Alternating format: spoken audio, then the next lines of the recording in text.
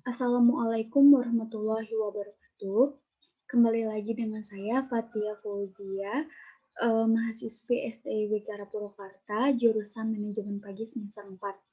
Kali ini saya akan mempresentasikan hasil tugas yang telah diberikan oleh dosen saya, yaitu di sini ada tugas yang kedua dengan judul Perbedaan Sistem Periodik dan Sistem Perpetual.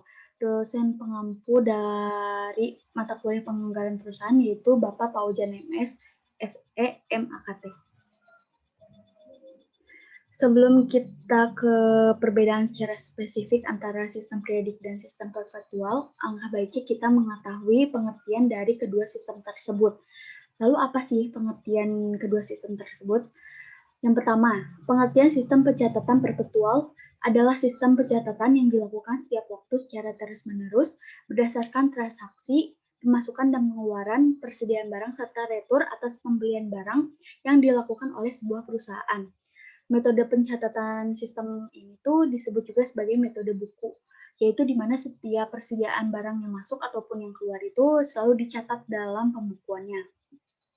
Lalu yang kedua ada pengertian sistem pencatatan periodik, yaitu sistem pencatatan yang dilakukan dengan menghitung jumlah persediaan barang dagangan di akhir satu periode akumulasi. Artinya ketika terjadi transaksi yang mempengaruhi persediaan barang dagangan, akun persediaan barang dagangan itu sendiri tidak terpengaruh secara langsung, melainkan terpengaruh di akhir periodik. Perhitungan secara fisik baru dilakukan untuk mengetahui nilai persediaan awal dan nilai persediaan akhir. Di sini bisa juga dilihat perbedaannya kalau misalkan di pencatatan perpetual itu dilakukannya secara terus-menerus atau setiap waktu sesuai dengan transaksi yang telah dilakukan gitu. Kalau sistem pencatatan periodik itu dilakukannya hanya di akhir satu periode akumulasi saja.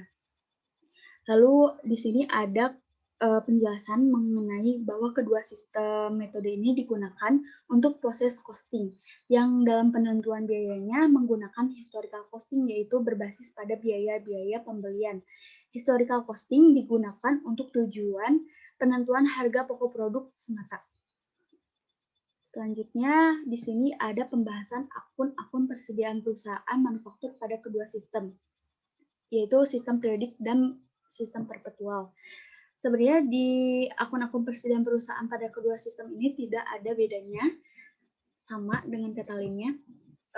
Di sini ada 4 bagian. Yang pertama ada persediaan bahan baku, yaitu untuk mencatat nilai bahan baku yang masih tersedia atau tersisa di awal dan di akhir periode. Yang kedua ada persediaan bahan penolong, yaitu untuk mencatat nilai bahan penolong yang masih tersisa di awal atau akhir periode. Dan yang ketiga ada persediaan barang dalam proses, yaitu untuk mencatat nilai barang yang masih dalam proses di awal dan di akhir periode.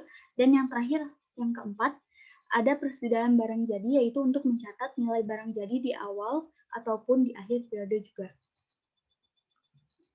Nah, di sini ada perbedaan dalam jurnal antara sistem periodik dan perpetual. Dapat dilihat dari kedua jurnalnya itu di sistem periodik, akun yang digunakan adalah akun pembelian. Akun pembelian di sini dibagi menjadi dua, yaitu pembelian bahan baku dan pembelian bahan penolong yang diletakkan di debit. Lalu kalau di kredit itu ada utang usaha. Nah, sedangkan di sistem perpetual, akun yang digunakan adalah akun persediaan. Di sini juga terbagi menjadi dua, yaitu sama seperti yang di periodik, yaitu persediaan bahan baku dan persediaan bahan penolong. Diletakkan juga di debit, sedangkan di kreditnya sama seperti tadi, yaitu utang usaha. Nah, di sini ada sistem perpetual dan sistem periodik yang digunakan dalam perusahaan. Jika sistem perpetual ini digunakan oleh perusahaan itu bisa mengetahui persediaan yang sebenarnya dengan mudah, sehingga perusahaan tidak perlu lagi melakukan perhitungan fisik atau stock of name pada persediaan yang tersisa, atau untuk menjamin keakuratan pada pencatatan agar bisa mengetahui jumlah persediaan barang akhir. Barang-barang yang bisa dicatat dengan sistem ini tuh biasanya barang-barang yang nilai jualnya tinggi, serta barang-barang yang mudah dicatat pemasukan dan pengeluarannya seperti mobil, furniture, dan peralatan rumah tangga.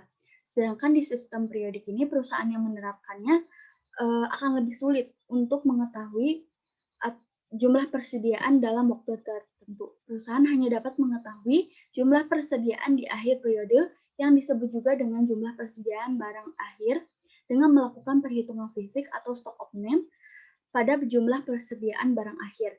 Barang-barang yang sesuai untuk diterapkan barang dengan metode ini tuh barang-barang dengan nilai jualnya yang relatif lebih murah, namun penjualannya cukup sering dilakukan.